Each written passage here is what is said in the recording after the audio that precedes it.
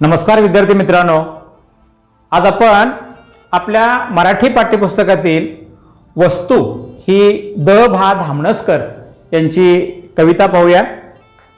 मित्रांनो, सुरुवातीला आपण कवी द भा धामणसकर यांचा परिचय करून घेऊया। खरं तर दत्तात्रय भास्कर धामणसकर हे मराठी साहित्याला आणि मराठी रसिक वाचकांना सर्वांना परिचित असणारं असं हे नाव आहे। द भा धामणसकर हे मराठी कवी असले तरी मूळचे ते गुजरातचे आहेत। गुजरातमधील अहमदाबाद शहरामध्ये 26 ऑक्टोबर 1930 साली कवी धामणसकर यांचा जन्म झालेला आहे। विद्यार्थी मित्रांनो, तुम्हाला माहीत असू द्या की शासकीय सेवेमध्ये आणि त्यातल्या त्यात रिझर्व्ह बँकेमध्ये पदाधिकारी असणारे हे धामणसकर कवी मनाचे, मृदू स्वभावाचे, चिंतनशील विचारधारा संपन्न अशा प्रकारचं व्यक्तिमत्व मराठी साहित्याला लाभलं आणि खऱ्या अर्थाने मराठी साहित्य जे आहे ते बाळसेदार साहित्य म्हणून नावारूपाला यायला लागलेलं आहे। मित्रांनो, आपणाला माहीत असू द्या, अहमदाबादमध्ये जरी जन्म झाला असला तरी या कवीची नाळ जी आहे ही मुंबईच्या मातीशी जोडलेली आहे। आज सेवानिवृत्त झाल्यानंतर हे कवी मुंबईतच स्थिर स्थावर झाले आहेत आणि त्यांनी अनोखं लेखन जे आहे हे विविध माध्यमातून मराठीमध्ये करण्याचा प्रयत्न केलेला आहे। कथा असतील, कविता असतील, आज स्फुट लेखन असेल, काही दिवाळी अंकाचं लेखन असेल, हे ते वेळोवेळी गरजेनुसार करत राहिलेले आहेत। त्यांच्या कथा ह्या सत्यकथा म्हणून त्या सत्यकथेमध्ये मौज मासिकामध्ये, कविता राणी नावाच्या मासिकामध्ये, दिवाळी अंकांच्या मध्ये, मराठवाडाच्या अंकामध्ये, त्याचबरोबर हंस या मासिकामध्ये सुद्धा प्रकाशित झालेले आहेत। आणि त्याने जी पुस्तकं लिहिलेली आहेत त्याच्यामध्ये भरून आलेले आकाश, बरेच काही उगवून आलेले, प्राक्तनाचे संदर्भ आणि त्याचबरोबर फुलांच्या कविता अशा प्रकारच्या त्यांची काही पुस्तकं ही प्रसिद्ध आहेत। या ठिकाणी जी कविता निवडलेली आहे वस्तू नावाची, ते भरून आलेले आकाश या कविता संग्रहातून घेतलेली आहे। ही जी कविता आहे ही मुक्त छंदातली कविता आहे आणि खऱ्या अर्थाने विद्यार्थ्यांच्या अंगी संग्रहवृत्ती वाढीस लागावी आणि माणसाने जुनं ते सोनं म्हणून काही गोष्टी ह्या जतन करून ठेवाव्यात, संकलित करून ठेवाव्यात, ही भावना कवीची या ठिकाणी निश्चित आहे। आणि याच्यासाठी भारतीय संस्कृतीचा वारसा जतन करण्याच्या दृष्टीने ही जी कविता आहे ही आपल्याला खूप काही शिकवून जाते आणि म्हणून ही कविता आपण आजच्या तासाला समजावून घेऊया। मित्रांनो, ही कविता समजून घेत असताना आपण अजून एक गोष्ट माहीत करून घेतली पाहिजे, ती ही की निर्जीव वस्तू सुद्धा सजीव आहेत अशा प्रकारच्या काही गोष्टी ज्या आहेत त्या कवीला या ठिकाणी उद्युक्त करायच्या आहेत, अधोरेखित करायच्या आहेत।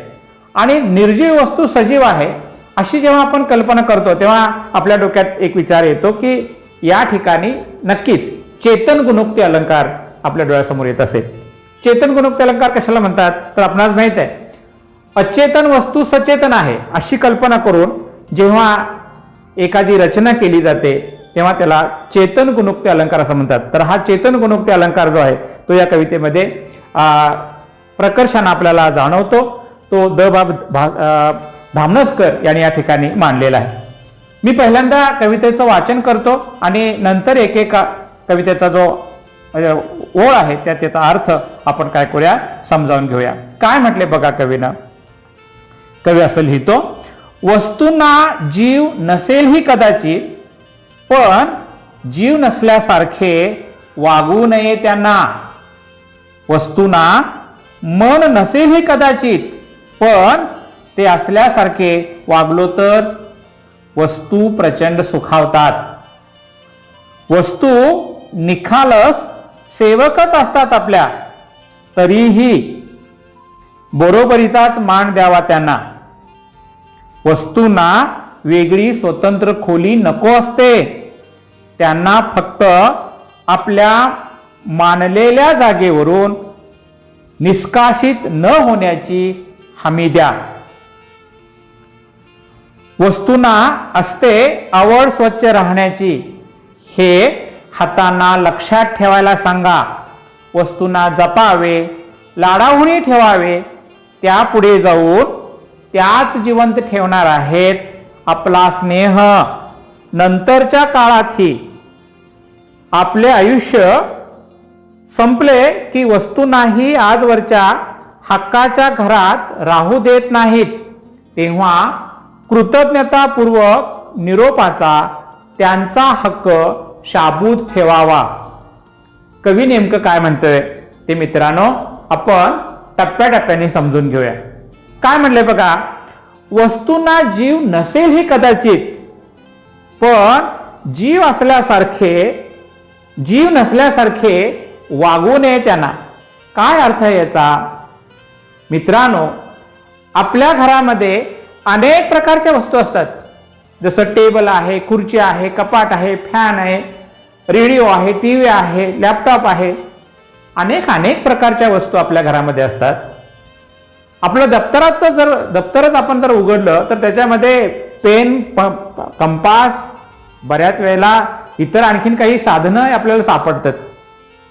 या सगळ्या गोष्टींचा विचार आपण कशासाठी करतो?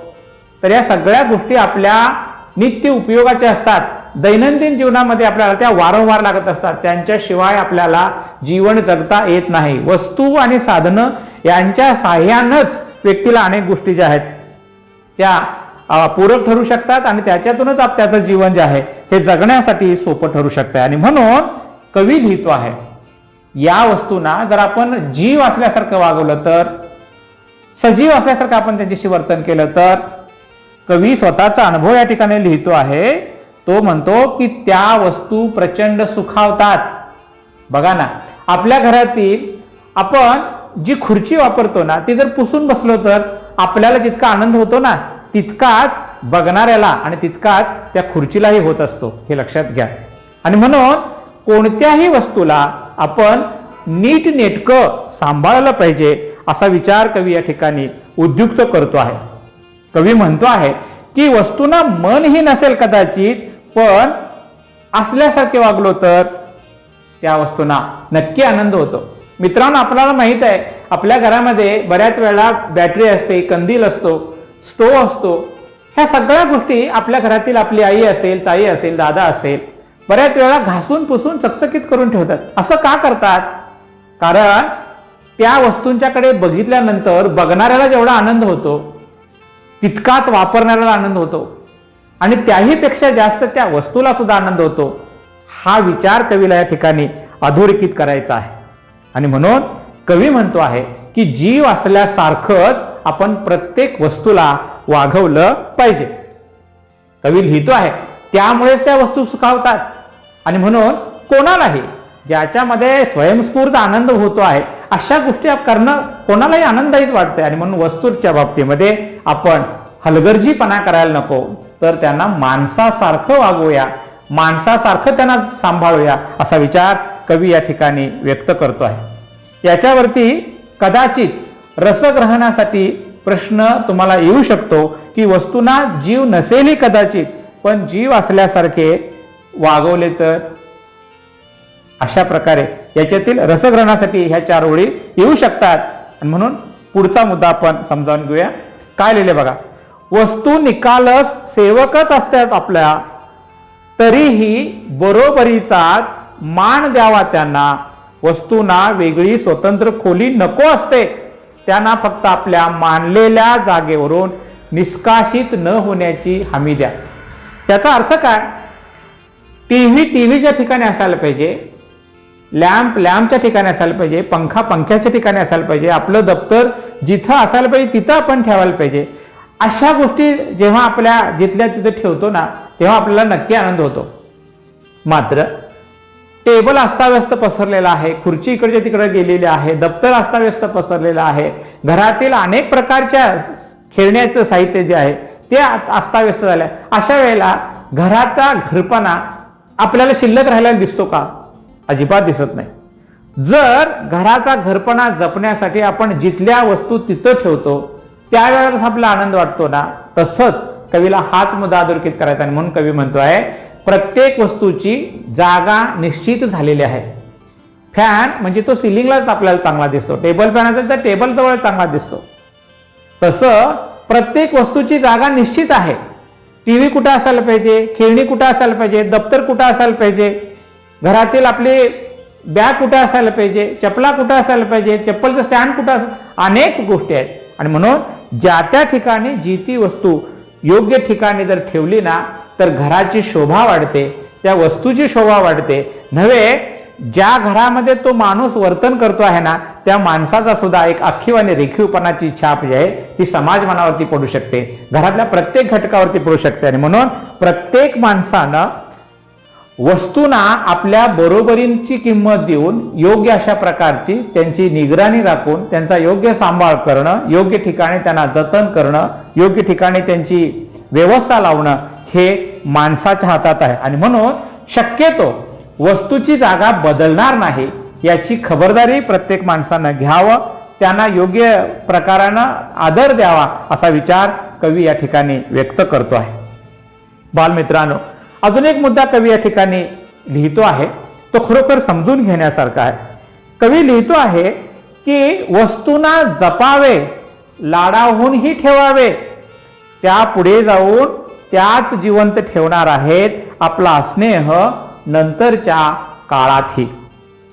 नेमकं मित्रांनो या ठिकाणी कवीला काय सांगायचं आहे? वस्तूंना जपावं, लाडावून ठेवावं आणि एवढंच नव्हे कारण त्याच वस्तू आपल्याला यापुढे सुद्धा जिवंत ठेवणारा आपला स्नेह असं कवी म्हणतो. याचा अर्थ असा की कवीला म्हणायचं आहे की काही गोष्टी ह्या आपल्याला इतिहास म्हणून लाभलेल्या असतात. छत्रपती शिवाजी महाराजांचा विचार जर आपण केला किंवा कोणत्याही मोठ्या माणसांचा आपण विचार केला तर त्यांनी लिहून ठेवलेली ग्रंथसंपदा, त्यांनी वापरलेली साधनं, त्यांनी वापरलेली संसाधनं, वेगवेगळ्या प्रकारची शस्त्र जेव्हा आम्ही बघतो, आजमावतो, अनुभवतो त्यावेळेला आपल्या डोळ्यासमोर जुना इतिहास जो आहे तो जिवंत झाल्याशिवाय राहत नाही.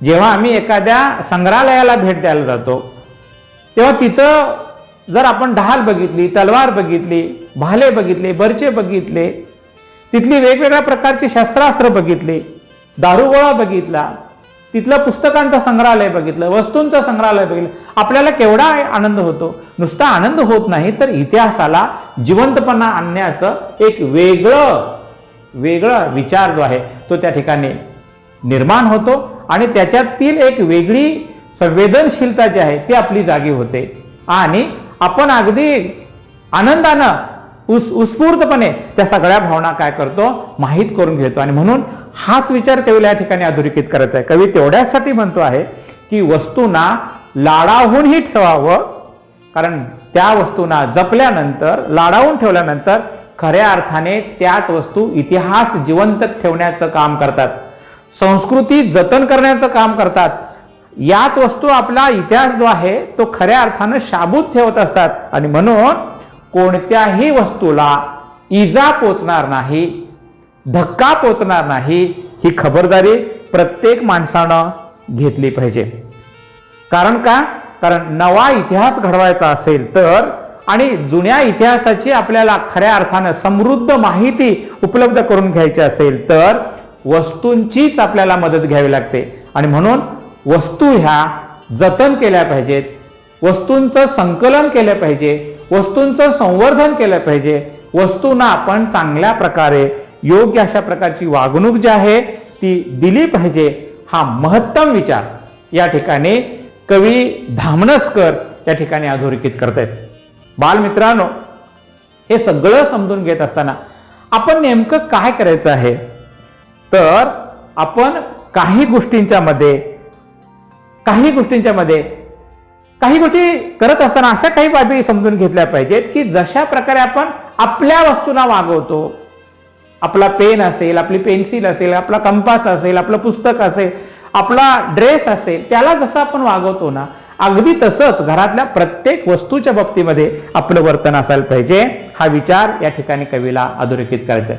वस्तूंच्या बद्दलची आपुलकी, स्नेह, वस्तूच्या बद्दलचा आपल्या मनामध्ये असणारा जो सौहार्द आहे ना, तो कायम ठेवता आला पाहिजे. हीच भूमिका कवीला पुन्हा पुन्हा अधोरेखित करायची. आणि म्हणून तर कवी पुढे लिहितो आहे की आयुष्य संपले की वस्तू नाही आजवरच्या हक्काच्या घरात राहू देत नाहीत, तेव्हा कृतज्ञतापूर्वक निरोपाचा त्यांचा हक्क शाबूत ठेवा. याचा अर्थ काय?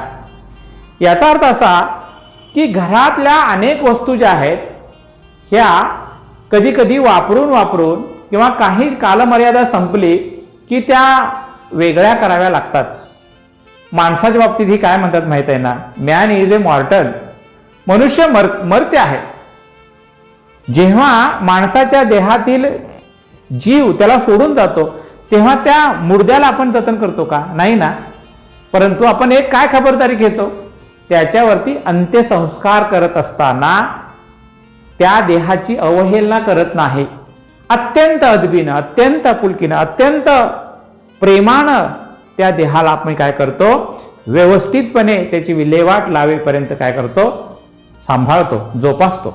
अगदी तसं घरातल्या सुद्धा प्रत्येक वस्तूला आपण मान सन्मान देऊनच त्यांचा उपयोग झाल्यानंतर किंबहुना त्यांचं आयुष्य संपल्यानंतर घरातून बाहेर काढलं पाहिजे किंवा त्याची योग्य व्यवस्था केली पाहिजे. बघा ना मित्रांनो, आपल्याला माहित आहे आपला सांस्कृतिक वारसा मोठा आहे. आपण गणपतीचे पुजारी आहोत, गणपतीचे भक्त आहोत. बऱ्याच वेळेला गणपतीची प्राणप्रतिष्ठापन आपण करतो. 10 दिवसाचा हा गणपती उत्सव जो आहे तो अगदी आनंदात, खेळीमेळीत घरातला आनंद जो आहे तो द्विगुणित शतगुणित होतो आणि मनमुराद आपण त्याच्यामध्ये बेहद खुश होतो. परंतु 10 दिवस संपले ना की मग निरोपाचा क्षण येतो. अशा वेळेला आपण काय करतो, तर अशा वेळेला त्या गणपतीची आपण पूजा करतो, वंदन करतो, प्रार्थना करतो आणि अत्यंत अत्यंत अत्यंत जवळीकतेनं, अत्यंत प्रेमभावनेनं त्यांना सासरू नयनानं आपण काय करतो, निरोपाची तयारी करतो आणि निरोप देतो. परंतु हा निरोप देत असताना सुद्धा वाजत गाजत निरोप देतो. अक्षरशः आनंदाला तुफान असं भरतं आलेलं असतंय आणि अशा प्रकारे आपण निरोप देत असतो. याचा अर्थ असा की त्या मूर्तीला आपण वस्तू म्हणून अनुभवतो का, वस्तू म्हणून आपण त्या मूर्तीला वागणूक देतो का? मुळीच नाही. तर ती एक जिवंत व्यक्ती आपल्या घरातील आहे. अशा प्रकारच्या भावनेनं आपण त्याच्याशी सम्मिलित झालेलो असतो, एकरूप झालेलो असतो. तीच भावना घरातल्या प्रत्येक वस्तूच्या बाबतीमध्ये आपली असली पाहिजे. हा विचार कवीला या ठिकाणी अधोरेखित करायचा. आणि म्हणून कोणत्याही वस्तूला आपल्यापासून वेगळं करायचं असेल, आपल्यापासून त्याला बाजूला घ्यायचं असेल तर त्यांना निष्कासित करायचं नाही किंवा त्यांना हिडीस पिडीस करून आपण त्यांना कसं तरी हेटाळणी करायची नाही, तर मान सन्मानानं त्या वस्तूचा आपण निरोप घ्यायचा आहे. त्यांचा तो हक्क आहे आणि तो आपण शाबूत ठेवला पाहिजे असा विचार कवी या ठिकाणी करतो आहे. बालमित्रांनो, याच्यातून एकच आपण विचार घ्यायचा आहे की काही असू दे, जिवंत माणूस असू दे, जिवंत एखादा प्राणी असू दे, पशु असू दे, वनस्पती असू दे किंबहुना निर्जीव दगड असू दे, निर्जीव एखादा पंखा असू दे, बॅटरी असू दे, कंपास असू दे, काही असू दे, प्रत्येक घटकाशी आपण अचेतन न वागता सचेतन वर्तन करावं. हा विचार कवीला या ठिकाणी पुन्हा पुन्हा अधोरेखित करत आहे. ज्या वेळेला माणसाच्या मनभावना एखाद्या वस्तूवरती जडतात आणि ती वस्तू जर क्षणभर माणसाच्या डोळ्यासमोर दिसली नाही तर माणसाच्या मनामध्ये विचारांचं काहूर माजतं आणि मनुष्य अस्वस्थ होतो. तर ती सम्मिलित भावना जी आहे तीच माणसानं जतन करून ठेवावी, कारण त्यावरच आपला सांस्कृतिक वसा आणि वारसा जो आहे तो अवलंबून असतो असं कवीला म्हणायचं आहे. मित्रांनो, मला वाटतं ही सगळी कविता तुम्हाला कळली असेल. त्यातूनही जर कविता काही कळली नसेल तर तुम्ही शंका विचारू शकता. शंकेचं निरसन मी पुढच्या तासाला नक्की करू शकेन. तत्पूर्वी आपल्याला या पाठावरती आधारित काही गोष्टी तुम्हाला कृतीपत्रिकेसाठी विचारल्या जाणार आहेत आणि म्हणून आपण समजावून घेऊया की रसग्रहणासाठी या ठिकाणी बऱ्याच वेळेला प्रश्न येणार आहे. मी अगदी सुरुवातीला सांगितलं की पहिल्या 4 ओळी ज्या आहेत की वस्तूंना जीव नसेल ही कदाचित, पण जीव नसल्यासारखे वागू नये त्यांना. वस्तूंना मन नसेल ही कदाचित, पण असल्यासारखे वागलो तर. ह्या ज्या 4 ओळी आहेत ह्या नक्की रसग्रहणासाठी येणार आहेत आणि त्याचा जो भावार्थ आहे तो आपल्याला रसग्रहणामध्ये व्यवस्थितपणे मांडायचा आहे. आणि हे मांडत असताना आपल्याला त्याच्यातील अर्थ सौंदर्य जे आहे, त्याच्यातील भाव सौंदर्य जो आहे, त्याच्यातील विचार सौंदर्य जे आहे ते वेगळं वेगळं मांडायचं आहे. जेव्हा त्याच्यातील अर्थ सौंदर्य, भाव सौंदर्य आणि विचार सौंदर्य हे वेगळ्या पद्धतीने तुम्ही मांडू शकाल त्यावेळेला ह्या 4 ओळींचं रसग्रहण जे आहे हे झालं असं म्हणता येईल. त्याच्यामध्ये काही अवघड शब्द सुद्धा आहेत. निष्कासित करणे असा एक शब्द आलेला आहे.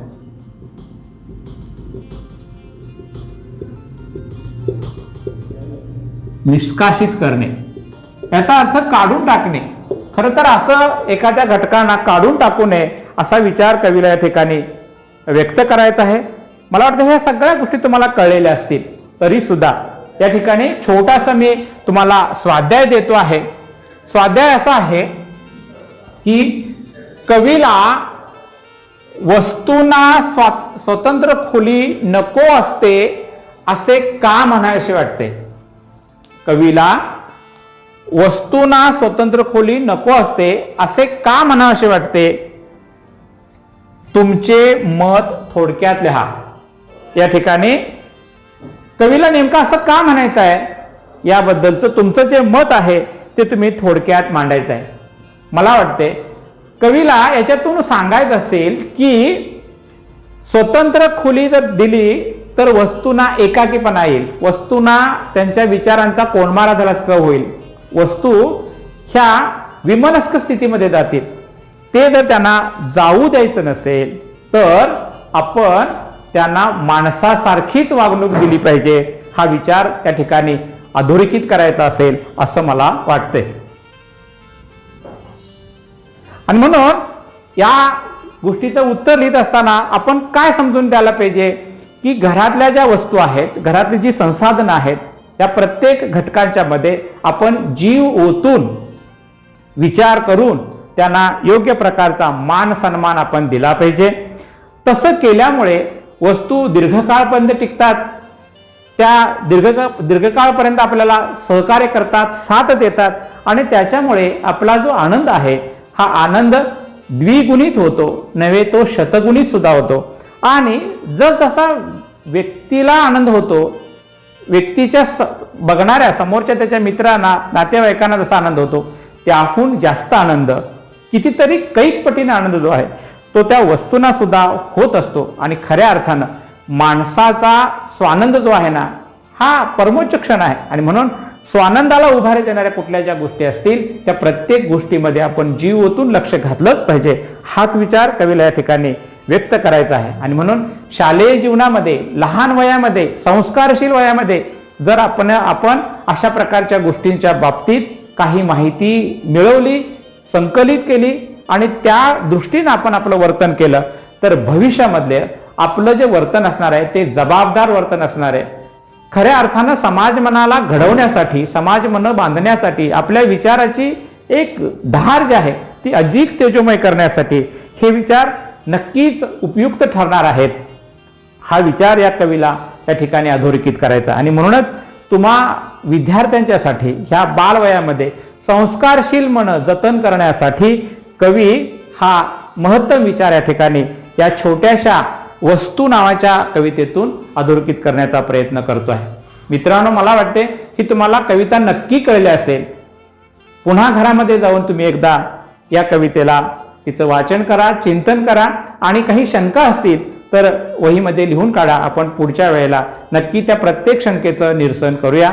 आपण इथं थांबूया. धन्यवाद.